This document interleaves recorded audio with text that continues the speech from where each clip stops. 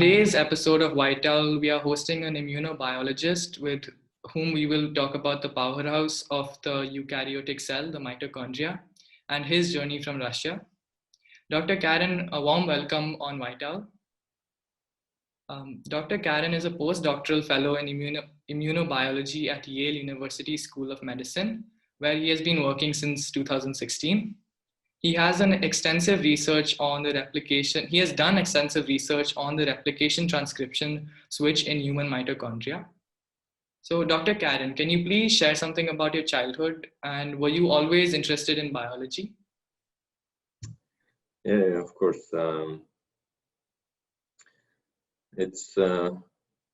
remember I always, for some reason, I always been interested in animal world. And one of my first books I remember was called Mysteries of Wild Nature. It was kind of relatively thick book, and I remember I started reading it in one day and finished in the other day. So it took me 2 days, like about hundreds or so pages. I was about 8 years old and like second grade at the time. And I don't know, everywhere I saw, and even like I remember my aunt and my parents, we used to have these huge encyclopedias. Those times it was called Big Soviet Encyclopedia, and there I would find some pictures of animals, birds, or anything, and ask someone to read me about them, because I couldn't read at that time. So I would ask them to read and to learn that way.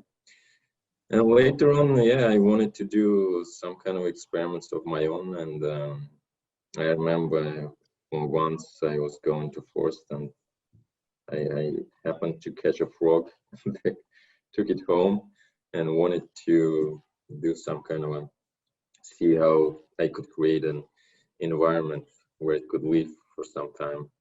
Yeah. And then to study it. Yeah, this kind of small things, I think, or one thing when another led to, I think, to biology. I mean, although I had other different interests, but I think in the end, biology, I think, prevailed. So what were your other minor interests in other, maybe like music or another subject? Yeah, I like to write, like stories or poems, even. And I also had this interest, and at the time I wanted to become either writer or even a director. I did too. I was imagining, yeah.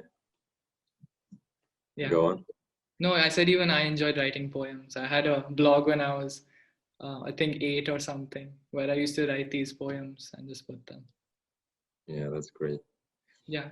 And yeah, that's in my imagination. I was writing scripts for some series, and then that was another one. And also, I think I like history. Maybe a lot of people were kind of interested in this ancient times and prehistoric times. And I was interested in ancient civilization and wanted to become some kind of archaeologist or be specialized in history, but specifically in history of ancient civilizations. That was something that I was also interested in. Yes. So are you still carrying forward that passion of writing poems? Yeah, once in a while I actually do write. What kind of poems? What are they? They're pretty different. There is no like specific subject. It could be just about life, about love, about kindness, I don't know, about situation in the world. Basically, whatever is on my mind or whatever bothering me, I can sometimes come naturally. Sometimes I wake up and some lines come to my mind, so maybe I would write it. Even sometimes I walk in the street after work and then something comes to my mind. Oh, that sounds like interesting. Yeah, it's the same for me. Whenever I feel like it, I just go grab the pen and write a few lines, and then I work on it later. Yeah, it's really important to write, because I'm not doing a good job in that, but because whenever it comes to my mind, I don't immediately write it. and then sometimes I forget it. Yeah. That's why it's important to immediately to record what's coming to your mind. Yeah. Yeah. So Mendeleev is one of the most influential scientists for me from Russia. His life story is also very inspirational. So can you share a bit about your favorite scientist and what about his or her work inspires you? A favorite scientist, no matter field, right? You mean Yeah, overall? it could be anything actually. Yeah, that's it's kind of hard question. There are a lot of You can take your time. yeah. Okay. Probably gonna mention a couple, and from different fields, I guess. Maybe let's start with biology, since I work in biology, and probably I would say in biology something that now comes to my mind, or maybe someone else would be. Probably would I would say maybe not original, but Francis Crick, one of the founders of molecular biology, and the one who, with James Watson, Rosalind Franklin, and with Wilkinson, they proposed and showed double-stranded DNA helix structure. And why I pick him, because I think I'm really drawn to theoretical basis of the sciences in general, and he was really he was physicist actually, right?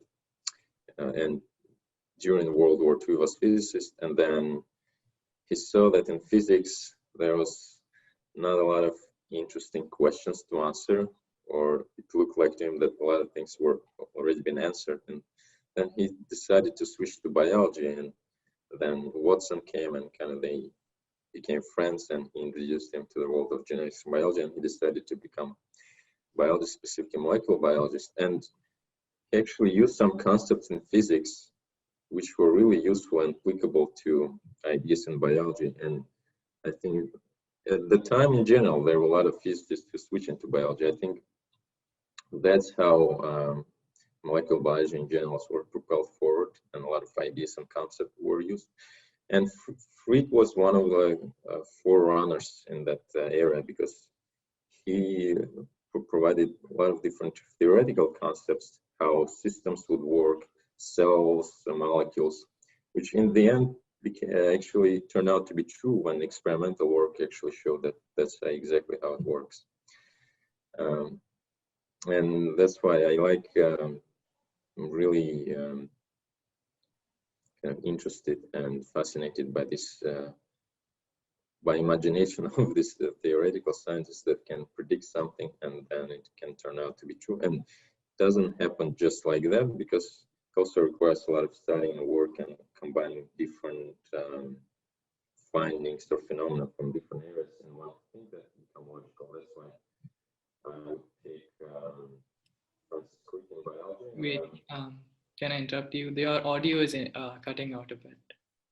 Okay. Yeah, now it's fine. It's good. Yeah, now it's fine. Yeah. That from physics, I would pick Richard Feynman, probably for the same reasons that I pick Francis Crick, because Richard Feynman obviously was a theoretical physicist, and he provided lots of different concepts in physics, and got a Nobel Prize, obviously, as well as Crick did. He also actually he looked at the questions a little bit different than lots of people in this field, and really trying to study not the specific details, or quite the question in the whole, like finding complex solutions. And even obviously there are 4 volumes, like 4 books, Physics by Richard Feynman, that actually the course that he taught at California, Caltech, and then it's been recorded and then became a textbook for physicists, for students in physics. And he had this interesting way of solving equations. I forgot how it's called at the time, but basically he would draw a specific quantum mechanical objects, and using that his drawings, he would predict different solutions. So there's he gave a specific name. There's a specific name for it, but I forgot for a moment. So that's regarding physics, and okay, let's chemistry. Probably I wouldn't talk about math. We'll stop with chemistry, just to make it shorter. Chemistry, yeah, I think you kind of kind of anticipated what I would say. I would say, yeah, Mendeleyev would be my pick in chemistry, and it's not because I'm from Russia. Currently I'm in the US, but yeah, I grew up in Russia,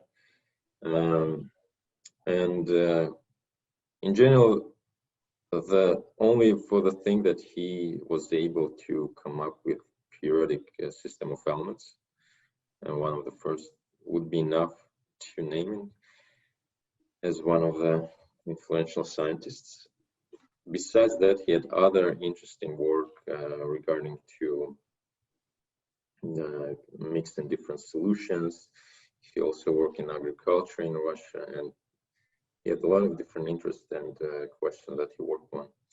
And obviously in chemistry is widely known for coming up with periodic system elements. And what's really remarkable in that case, because when he came up with the theory and arrangement of elements, almost nothing was known about molecular details and electron-proton structure that later in 20th century was discovered by physicists, nuclear physicists.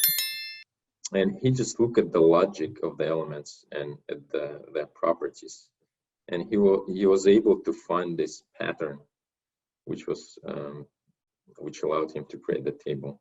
So in general, as you can see, I picked the scientists who really like this theoretical concepts and using their theoretical concepts and different findings from various phenomena in the same field or others. They can create some kind of a logic and come up with a hypothesis, which then will later on become as a known fact.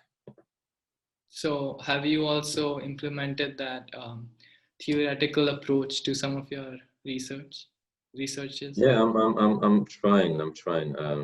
Well, actually, the lab that I'm working now as a postdoc, and is the lab of Dr. Ruslan Medstov. He's also uses the same approaches and the same. That's why I picked this lab, and he's known for this theoretical approaches that implementing different questions from different fields and applying them to biology and trying to create this logic and explaining this unappreciated phenomena and trying to combine them in some interesting logic. And yeah, what I'm trying to find what would be the best solution to that. Of course, it requires a lot of reading, which is nowadays is not easy because we have so much information, and it's really hard to pick what to pay attention to. Yeah. But I think somewhere in between, yeah. I mean, just reading is not enough, and just doing experiments also not enough. Sometimes you have to step back and actually think about what have you read and what have you done experimentally. And I'll also think another thing which is important, and it's kind of not appreciated and discussed. And that's great about science, that you need to read, do experiments and this and that, but important thing is to take breaks. And it looks like most of the time that great ideas come during those breaks, because your brain power kind of in more relaxed state. There's no pressure of thinking or anything, and this is how you can come up with interesting ideas. But besides breaks, it's also, I think, the other my interests that I'm interested in, like writing and poems. I didn't mention I was I was actually doing some paintings when I was going to painting school. But basically, this different interest also helped you relieve pressure from what you're thinking, and then turn it to some kind of imagination, which is, I think, really important to come up with ideas.